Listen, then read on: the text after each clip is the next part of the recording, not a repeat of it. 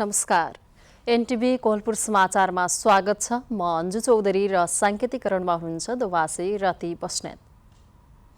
लुम्बिनी प्रदेश सरकारले दाङमा बनाउन थालेको प्रदेश सभा भवन निर्माणको काम करिब सम्पन्न भएको छ। प्रदेश पूर्वाधार विकास प्राधिकरणका प्रमुख कार्यकारी अधिकृत फेरबदलमा विवाद हुँदा लुम्बिनी प्रदेश सभा भवन निर्माणमा केही समय ढिलाइ भएको हो। आजको समाचारमा प्रदेश सभा भवन सम्पन्न भएको प्रसङ्ग छ। यस्तै 4 कम्युनिस्ट पार्टीले आह्वान गरेको बन्दको आज दिनभरि परेको आंशिक प्रभाव र बाजुरा तथा कपिलवस्तुमा भाइरल ज्वरोका बिरामीले अस्पताल भरिँदै गएको खबर पनि। तर सुरुमा प्रमुख समाचार।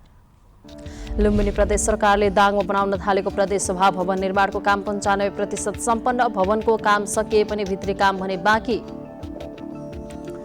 वर्षायामसँगै गर्मी बढ्दै जाँदा कपिलवस्तुका अस्पतालमा डेंगू सहित मौसमी बिरामीको भिड बढ्दै दैनिक 300 को हाराहारीमा बिरामी अस्पतालमा आउँदै। 10 वर्ष अघि दाङको भालबाङमा सुरु भएको जग्गा विकास कार्यक्रम अलपत्र। व्यक्तिको जग्गा अधिग्रहण गरी घडेरी वितरण गर्ने योजना ठप्प। र युक्रेनले भोलि 31औं स्वतन्त्रता दिवस मनाउँदै आक्रमण हुन नदिन खार्किभमा कर्फ्यूको घोषणा। युद्धमा हालसम्म 9000 युक्रेनी सैनिक मारिएको दाबी। र बङ्गलादेशले एसिया कप क्रिकेटका लागि आफ्नो टोलीको घोषणा। एसिया कप अगस्त 27 बाट सुरु हुँदै उद्घाटनमा श्रीलङ्का र अफगानिस्तान भिड्ने।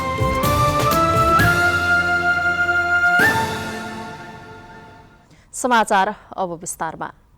लुम्बिनी प्रदेश सरकारले दाङमा बनाउन थालेको प्रदेश सभा भवन निर्माणको काम सम्पन्न भएको छ। रङरोगन लगायतको काम भने बाँकी रहेको छ। प्रदेश पूर्वाधार विकास प्राधिकरणका प्रमुख कार्यकारी अधिकृत फेरबदलमा विवाद हुँदा भवन निर्माणमा केही समय ढिला भएको हो। भवनको काम सकिए पनि भित्री काम बाँकी रहेको छ। 2 वर्ष अघि वाइबी इन्फ्रास्ट्रक्चर एन्ड सप्लायर्सले निर्माण कम्पनीले निर्माण ठेक्का लिएको थियो। प्रदेश पूर्वाधार विकास प्राधिकरणका प्रमुख कार्यकारी अधिकृत छविराज पोखरेलका अनुसार प्रदेश सभा भवन निर्माणको काम 95% काम सकिएको छ। लाइट र साउन्ड सिस्टम जडान गर्न बाँकी छ। प्रदेश सभा भवन आगामी असोजसम्म निर्माण सम्पन्न गरिसक्ने सम्झौतामा उल्लेख छ। प्रदेश सरकारले 5 करोड 21 लाखको लागतमा भवन निर्माण गरेको हो। प्रदेश सभा भवन दाङको राप्ती गाउँपालिकाको राप्ती प्राविधिक शिक्षालय परिसरभित्र बनिरहेको छ। सो सभाहल 7000 स्क्वायर फुटमा बनेको छ। नेपाल कम्युनिस्ट पार्टी सहित 4 कम्युनिस्ट पार्टीले आह्वान गरेको बन्दको लुम्बिनी, कर्णाली र सुदूरपश्चिममा आज दिनभरि आंशिक प्रभाव परेको छ। आज दिनभरि बन्दले लामो तथा छोटो दूरीका सवारी साधनहरू सञ्चालन हुन सकेका थिएनन्। सडक र गाडीमा कुनै अवरोध नहोस् भन्नका लागि बिहानीदेखि चोकचोकमा प्रहरी खटिएका थिए। 3 बुँदे राजनैतिक सहमतिका विपरीत पार्टीका नेतालाई पक्राउ पूर्जी जारी गरिएको। एमसीसी भ्रष्टाचार महँगीका देशैभर बन्दको आह्वान गरिएको विज्ञप्तिमा उल्लेख छ। यसैगरी दाङ घोराई उपमहानगरपालिका 18 का धनेश्वर भण्डारीले 4 दलद्वारा आह्वान गरेको बन्दको मौका छोपी चालक र सहचालकलाई टिप्परमा आगजनी गर्न लगाएका छन्। टिप्पर पटक बिग्रिएर सताउन थालेपछि बिमाको रकम असुल्ल आगजनी गरेको जिल्ला प्रहरी कार्यालय दाङका प्रहरी नायब उपरीक्षक राजन कुमार गौतमले जानकारी दिनुभयो। आज बिहान 4 बजे घोराई लमही सडक खण्डको बवई खोला पुलमा रा 1 ख 1694 नम्बरको टिप्परमा उनीहरूले आगो लगाएका हुन्। घटनामा संलग्न चालक राजपुर गाउँपालिका 8 पिपरीका अरुण चौधरी, सहचालक गढवा गाउँपालिका 7 चैनपुरका आकाश चौधरी र टिप्पर धनी धनेश्वर भण्डारीलाई नियन्त्रणमा लिई थप कारबाही अगाडि बढाइएको छ। लामो समय कोभिड महामारीका कारण समस्यामा परेका रूपन्देहीका होटल तथा रेस्टुरेन्टहरू व्यवसायहरू केही चलायमान हुने समयमा विभिन्न बहानामा गरिने बन्दबाट पनि आजित बनेका छन्। कोभिडको असरले रूपन्देहीमा अरबौं लगानी गरी सञ्चालन गरिएका सानादेखि स्टार होटलसम्मका पर्यटन व्यवसायहरू बन्दको मारमा परेका हुन्। लामो समय कोभिड पेन्डामिकका कारण समस्यामा परेका विभिन्न व्यवसायी जस्तै अत्यधिक मार खेपेको होटल तथा रेस्टुरेन्ट व्यवसायीहरू केही बामे सर्न खोजेका बेला विभिन्न बहानामा गरिने बन्दबाट पनि आजित परेका छन्। कोभिडको असरले रूपन्देहीमा अर्बौं लगानी गरी सञ्चालन गरिएका सानादेखि स्टारसम्मका 1000 भन्दा बढी यस्ता पर्यटन व्यवसायीहरू मर्कामा परेका छन्। कोभिडपछि होटल तथा रेस्टुरेन्ट व्यवसायीहरूको अवस्था कस्तो छ त? होटल तथा रेस्टुरेन्ट व्यवसायी संघ रूपन्देहीका अध्यक्ष रामप्रसाद गौतम, जुन किसिमले यो बन्द गरिएको छ, यो बन्दले गर्दाखेरि वास्तवमा भन्यो भने यो होटल व्यवसायमा कस्तो असर पर्ने रहेछ भने भोलि बन्द छ भने आजैबाट कस्टमरहरू आफ्नो आफ्नो ठाउँमा जाने र त्यहाँबाट नहिँड्ने त्यसपछि बन्दको प्रभावले अर्को दिन पनि एक दिन बन्द भयो भने कम्तीमा पनि 3 दिन यसले असर गर्दो रहेछ र भर्खर यो कोभिडले गर्दाखेरि अलिअलि होटलहरू चल्न लागेको बेलामा जुन किसिमले यसरी बन्दको आह्वान गरेर एउटा समाधान खोज्ने खालको जुन प्रवृत्ति छ यसलाई अन्यत्र कुनै अर्को तरिकाबाट यसको समाधान गरिनुपर्छ। बन्द गर्दाखेरि आम दैनिक रोजीरोटी कमाएर आफ्नो जीविकोपार्जन गर्नेहरूदेखि लिएर अहिले यस्तो चपेटामा परेका व्यवसायहरू छन् जताततै आर्थिक क्राइसिस छ। भर्खर अलिअलि यसो व्यापार गर्ने आशा टुसाएको बेलामा यसरी बन्द गरिदिँदाखेरि अत्यन्तै ठुलो मारमा परेको कुरा पनि म जानकारी गराउन चाहन्छु।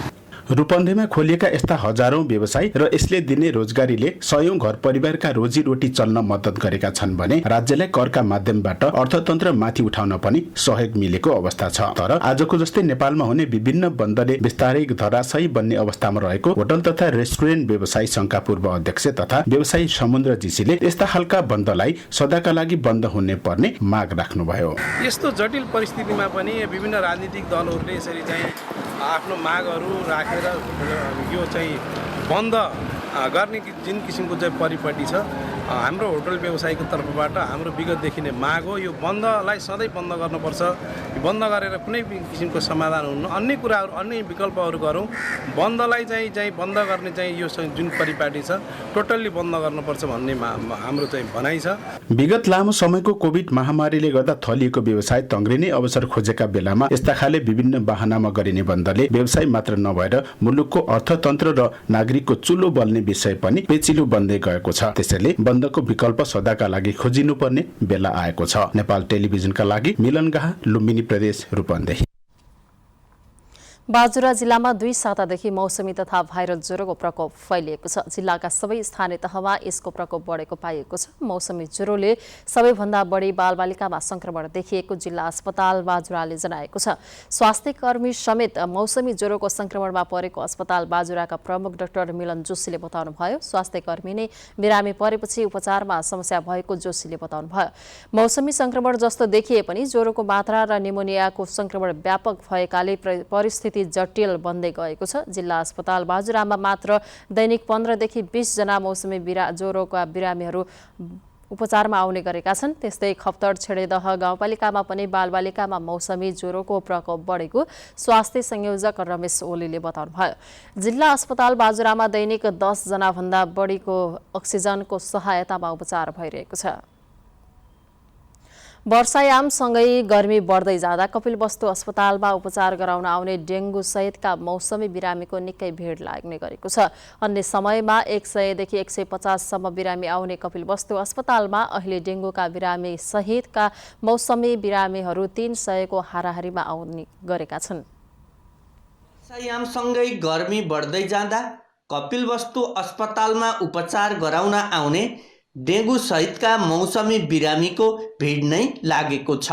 अघि पछि 100 देखि 150 बिरामी आउने कपिलवस्तु अस्पताल तौलियामा यति बेला ओपीडी, इमर्जेन्सी, अपरेसन, भर्ना कक्षमा गरी डेङ्गु सहितका मौसमी बिमारी 300 को हाराहारीमा उपचारका लागि आउँदा भिड नै हुने गरेको हो। म आफ्नो बहिनीले लिएर आएको डेङ्गुको संक्रमणले ज्वरो आएछ। आज 4 दिनदेखि डेङ्गुको कारणले टेस्ट गराउने हो।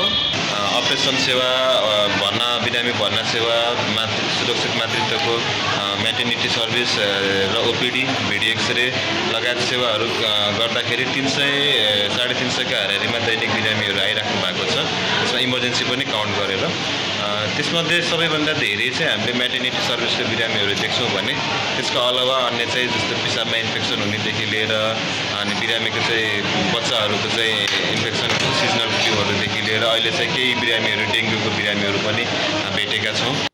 अधिकांश उपचार गराउन आउने बिमारीहरूमा महिला, बालबालिका, वृद्ध छन्। उनीहरूमा झाडा पखाला, जन्डिस, ज्वरो, टाइफाइड लगायत रहेका छन्। कोरोनाको संक्रमण पुनः बढेकाले चिकित्सकले सावधानी अपनाउँदै सर्वसाधारणलाई बासी सडेगलको खाना नखान, अत्यधिक पानी पिउन, गर्मीमा सकेसम्म घर बाहिर हिँडडुल नगर्न सुझाव समेत दिएका छन्। विकास बन्जाडे, नेपाल टेलिभिजन, लुम्बिनी प्रदेश, कपिलवस्तु। समाचारको क्रम जारी नै छ, अहिलेलाई एकैछिनको विश्राम।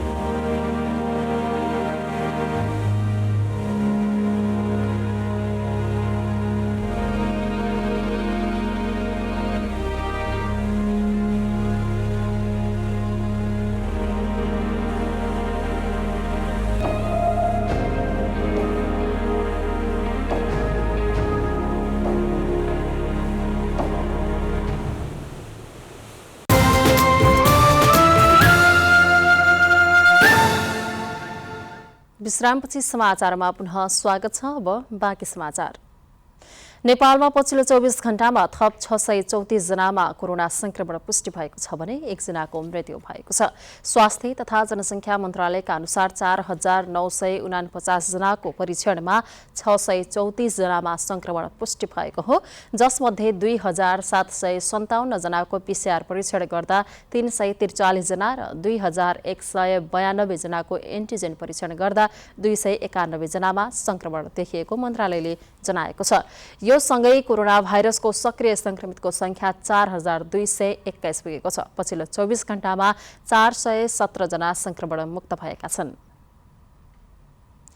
कपिलवस्तु जिल्ला सदरमुकाम तौली हवामा निर्वाचन सबै सधैँसँगै भन्ने मूल नाराका साथ मतदाता नामावली अद्यावधिक दावी विरोध समेत 2079 सम्बन्धी सरकारवालाहरूसँग अन्तर्क्रिया कार्यक्रम सम्पन्न भएको छ। यही मङ्सिर 4 गते हुने प्रतिनिधि सभा र प्रदेशसभा सदस्यको निर्वाचनलाई कसरी सुशासन भयरहित शान्तिपूर्ण र मतबदरलाई कम गर्ने सम्बन्धी सरकारवालासँग छलफल भएको हो। निर्वाचन कार्यालयले एक सूचना जारी गर्दै मतदाता नामावलीका विषयमा भदौ 12 गतेदेखि 19 गतेसम्मका लागि दावी विरोधको समय दिएको निमित्त निर्वाचन अधिकारी अनिता छेत्रीले जानकारी दिनुभयो। उक्त अवधिमा नामावलीमा भएको त्रुटि सच्याउने, कसैले झुट्टा विवरण दिए नामावलीमा नाम समावेश गरेको भए सोको विरोधमा उजुरी दिने, दोहोरो नामावली भएको भए हटाउन निवेदन दिने लगायतका विषयहरू कार्यक्रममा समावेश गरिएको जनाएको छ। मतदाता नामावली अद्यावधिक कार्यक्रम सम्पन्न भए पश्चात भदौ 31 गते अन्तिम मतदाता नामावली प्रकाशन हुने जानकारी गराइएको छ। प्रतिनिधि सभा र प्रदेशसभा सदस्यको लागि चुनाव यही मङ्सिर 4 गते हुँदैछ। निर्वाचन आयोगले आगामी निर्वाचनको तयारी तीव्र पारेको छ। यसै सन्दर्भमा आज हामीले आगामी निर्वाचनलाई मर्यादित बनाउन कसले के गर्नुपर्ला भनी कपिलवस्तुका केही नागरिकलाई सोधेका छौं। हेरौं आजको आवाजमा।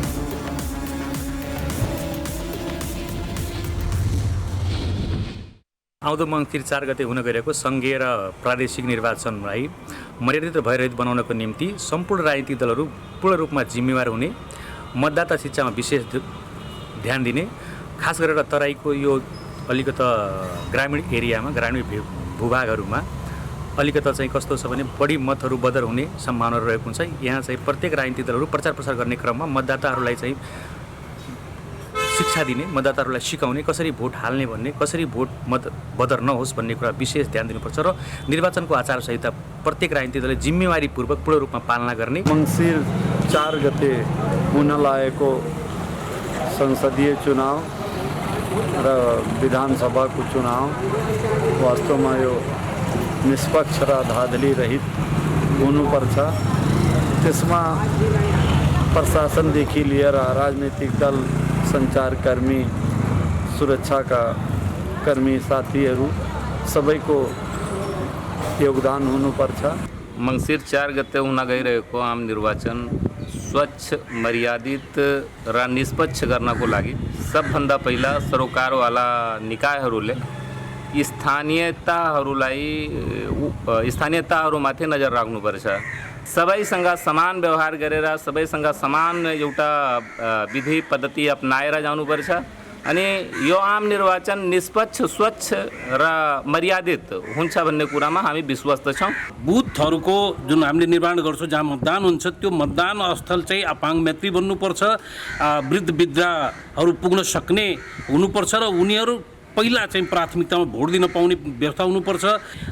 व्यवस्थापन पक्षलाई यदि बलियो र राम्रो बनाउन सकियो भने यसले चाहिँ निर्वाचन चाहिँ शान्तिपूर्ण, धाँधलीरहित र निष्पक्ष रूपले सम्पन्न हुन सक्छ भन्ने मलाई लागेको छ। नेपाल सरकारले जुन प्रदेश र संविधान सभाको चुनावको घोषणा गरेको छ, नेपाली जनताहरू खुसी छन् र सरकारले जनताहरूको शान्ति सुरक्षाको लागि पनि पूर्ण रूपले मतदान केन्द्रदेखि लिएर उहाँहरू पुग्ने ठाउँसम्म व्यवस्थित गर्छ। त्यसमा सबै राजनीतिक दलहरूको भूमिका राम्रो हुन्छ र अवश्य पनि यो चुनावपछि नेपालमा स्थिर सरकार बन्छ भन्ने हामीलाई लागेको छ।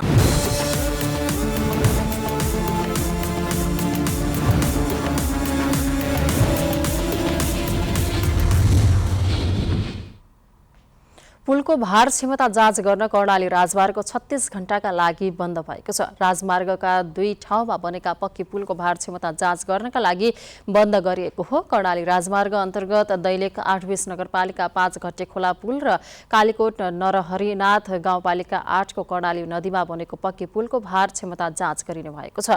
सडक डिभिजन कार्यालय जुम्लाको पत्र अनुसार घट्टे खोलामा बनेको पक्की पुलको भार क्षमता जाँच गर्नका लागि आज बिहान 6 बजेदेखि बन्द गरिएको छ। राजमार्गको दुवैतर्फको आवतजावत बन्द गरिएको जिल्ला प्रशासन कार्यालय दैलेखका प्रशासकीय अधिकृत गणेश प्रसाद कोइरालाले बताउनुभयो।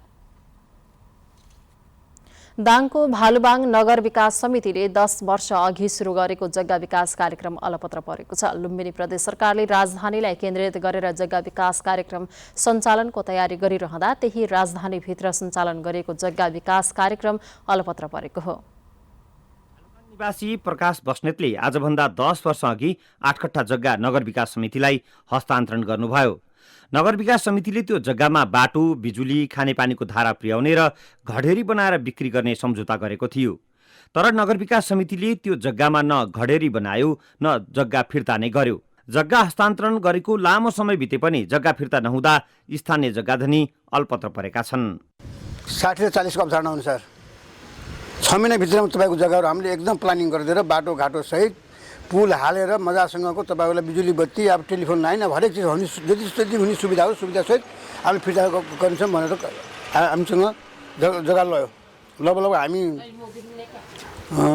लगभग त्यहाँ 90 देखि 100 को हाराइमा होला नि त्यहाँ उपभोक्ताहरू लगेको 6 महिनामा हामी फेरि उ गर्छौँ भनेको अब अहिले 10 वर्ष भइसक्नु लागेको न हाम्रो जग्गा छ अहिले न हाम्रो अहिले कुनै त्यसको उपभोग गर्न पाएको छ हामीले, न त्यसको कुनै आम्दानी खान पाएको छ, न कुनै ब्याङ्कमा राखेर त्यसको धिरार काम चलाउन भन्ने चाहिँ यस्तो हामीलाई बिचुली बनाइदियो, बिहार बनाइदियो हेर्नुहोस्। भालुबाङमा नगर विकास समितिले गरेको जग्गा विकास कार्यक्रम अल्पत्र परेको छ। व्यक्तिगत जग्गा अधिग्रहण गरेर विकसित घडेरी वितरण गर्ने भनिए पनि अहिलेसम्म कुनै प्रकारको पूर्वाधार बनेको छैन, जसले गर्दा नगर विकास समितिबाट आफूहरू ठगिएको स्थानीयले बताउने गरेका छन्। उहाँहरूलाई सबैलाई चाहिँ ल तपाईँहरूले लाल पूर्जा दिनुहोस्, हामीले यो काम गर्छौँ, यो नगरिकन काम हुन्न होइन, यिनी भनौँ न कार पत्र नगरिकन हुन्न भनेर हामी त्यो पनि दियौँ। तर उहाँहरूले आज 10 वर्ष समथिङ भइसक्यो, अहिलेसम्म काम भएको छैन। हनुमानगढी जग्गा विकास कार्यक्रम नाम राखेर भालुबाङ नगर विकास समितिले विक्रम सम्वत 2069 सालबाट प्रक्रिया सुरु गरेको थियो। गत वर्ष पूर्व सहमति अनुसार 60% जग्गा धनीलाई फिर्ता गर्ने निर्णय भएको हो। तर फिर्ता गर्ने भनिएको जग्गामा कुनै पूर्वाधार बनाइएको छैन। पूर्वाधार निर्माणको काम हुन नसक्दा जग्गा मात्रै फिर्ता गर्न नसकिएको नगर विकास समितिका कर्मचारी शिशिर जीसीले बताउनुभयो। हाम्रो लागत एस्टिमेटहरू सबै तयार भएको छ। अब आउने बैठकमा हामीले त्यही तयारीमा छौँ। आउने बैठकमा त्यो लागत एस्टिमेट गरेर हामी भौतिक पूर्वाधार तयार गरेपछि केही नभए 25% हामीले तयार गरेपछि जग्गा धनीलाई ल तपाईँहरूको जग्गा लैजानुहोस् भनेर हामीले प्लट बाई प्लट छुट्याएर हामी दिने प्रक्रिया छ। लुम्बिनी प्रदेशको राजधानीमा जग्गा विकास कार्यक्रम सुरु गर्ने तयारी भइरहँदा 10 वर्ष अघि थालिएको यस्तै प्रकारको कार्यक्रमलाई पहिला पूर्णता दिन ध्यान दिनुपर्ने देखिन्छ। दशरथ घिमिरे, नेपाल टेलिभिजन, लुम्बिनी प्रदेश, दाङ। समाचारको क्रम जारी नै छ, एकैछिनको विश्राम।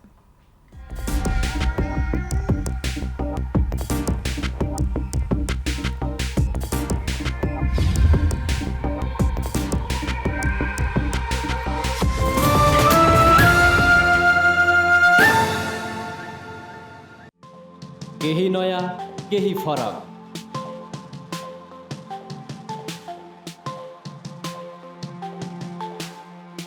राष्ट्रिय सञ्चारको मेरुदण्ड नेपाल टेलिभिजनको प्रादेशिक च्यानल एनटिभी कोहलपुर। पश्चिम नेपालको लुम्बिनी, कर्णाली र सुदूर पश्चिमको एकमुष्ट आवाज। सत्य समाचार, तटस्थ विचार। कार्यक्रममा मौलिकता, समावेशिता र विकासमा विस्तार। डिजिटल दुनियाँमा तपाईको विचार र भावनालाई संसारसँग जोड्दै एनटिभी कोहलपुर। सूचना, शिक्षा र मनोरञ्जनको यो यात्रा हो समृद्धिको।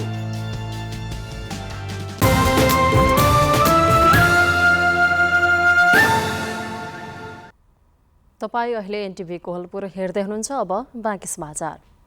नेपाली सेना व्यावसायिक तालिम केन्द्र डोटीको आयोजना 1 लेभल 3 महिने सिलाइ कटाई तालिम सुरु भएको छ। डोटी जिल्लामा बसोबास गर्ने सैनिक हिताधिकारी 20 जना महिलाहरूका लागि सिलाइ कटाई तालिमको आयोजना गरिएको सैनिक श्रीमती सङ्घकी सदस्य रञ्जिता महराले बताउनुभयो।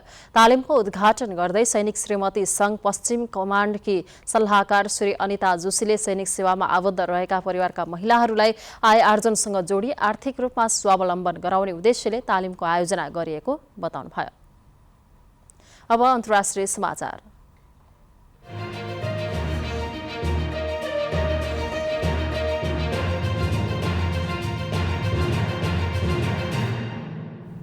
रुससँगको युद्धमा अहिलेसम्म आफ्ना झण्डै 9,000 सैनिक मारिएको युक्रेनले जनाएको छ। झण्डै 7 महिनादेखि चलिरहेको युद्धमा ती सैनिकको ज्यान गएको युक्रेनले विवरण सार्वजनिक गरेको हो। युरोपेली सङ्घका विदेश नीति प्रमुख जोसेफ बोरेलले युक्रेनका सेनालाई सैन्य प्रशिक्षण दिने विचार गरिरहेको बताएका छन्। युक्रेनले भोलि आफ्नो 31औं स्वतन्त्रता दिवस समेत मनाउँदैछ। दिवसका अवसरमा ठूला आक्रमणका घटना हुन सक्ने आशंकामा पर्सि बिहीबार बिहानसम्म सामूहिक कार्यक्रम गर्न रोक लगाइएको छ। देशको दोस्रो ठूलो शहर खार्किभमा आज बेलुकादेखि कर्फ्यूको घोषणा गरिएको जनाएको छ। रुसी सेनाले राजधानी कियभ कब्जा गर्ने तयारी गरे पनि असफल भएपछि युक्रेनको पूर्वी भूभागमा आक्रमणलाई केन्द्रित गरेको छ।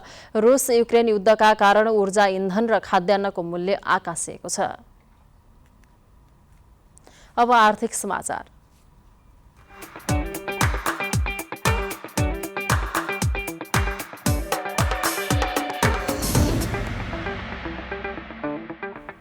दुई दिनसम्म लगातार घटेको शेयर बजार आज भने सामान्य बढेको छ। शेयर बजार परिसूचक नेप्से आज 1.85 अङ्कले बढेर 2054.98 बिन्दुमा पुगेको छ। आज बैंक, व्यापार, जलविद्युत उत्पादन, जीवन बिमा र लगानी समूहको शेयर सामान्य बढेको छ। अरू समूहको शेयर भने सामान्य घटेको छ। यस्तै 222 वटा कम्पनीको 40,31,000 किता शेयर 1,33,35,00,000 रुपियाँमा कारोबार भएको छ। सबैभन्दा धेरै हिमाल दोलखा हाइड्रो पावर कम्पनीको 14,21,00,000 रुपियाँको शेयर किनबेच भयो। अब खेलकुद समाचार।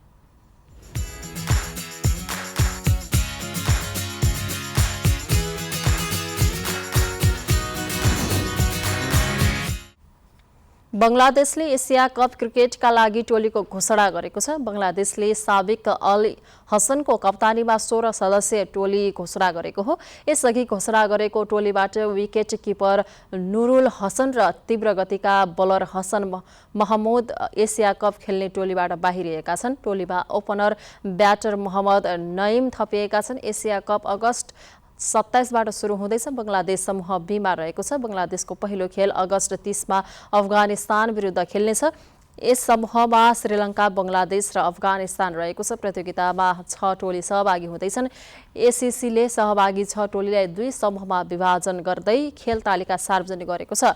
समूह एमा साबिक विजेता भारत सहित पाकिस्तान र छनौटबाट आउने 1 टोली रहेका छन्। टी20 फर्म्याटको प्रतियोगितामा समूहको शीर्ष 2 टोलीले सुपर 4 मा स्थान बनाउनेछन्। त्यसपछि शीर्ष 2 टोली फाइनलमा पुग्नेछन्। अब मौसम।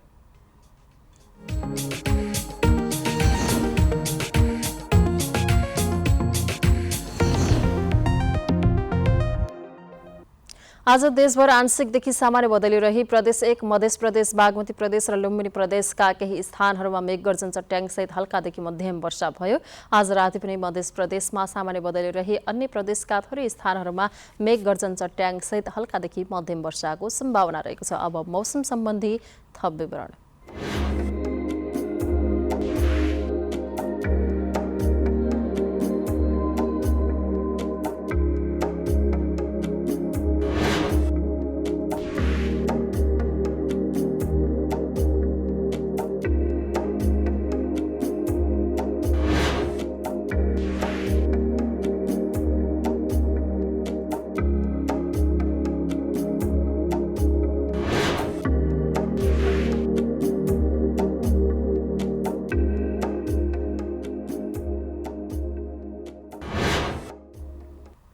समाचारको अन्त्यमा प्रमुख समाचार पुनः एकपटक।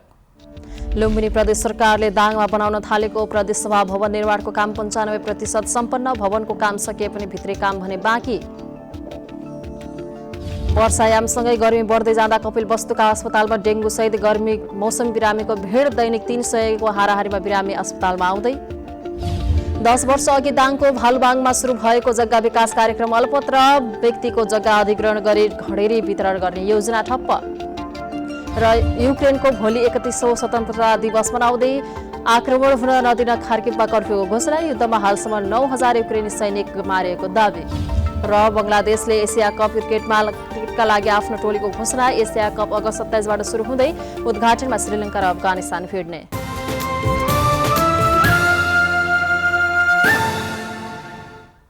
हवस् त अहिलेलाई समाचारको सिलसिला यति नै। बिदा दिनुहोस्। नमस्कार।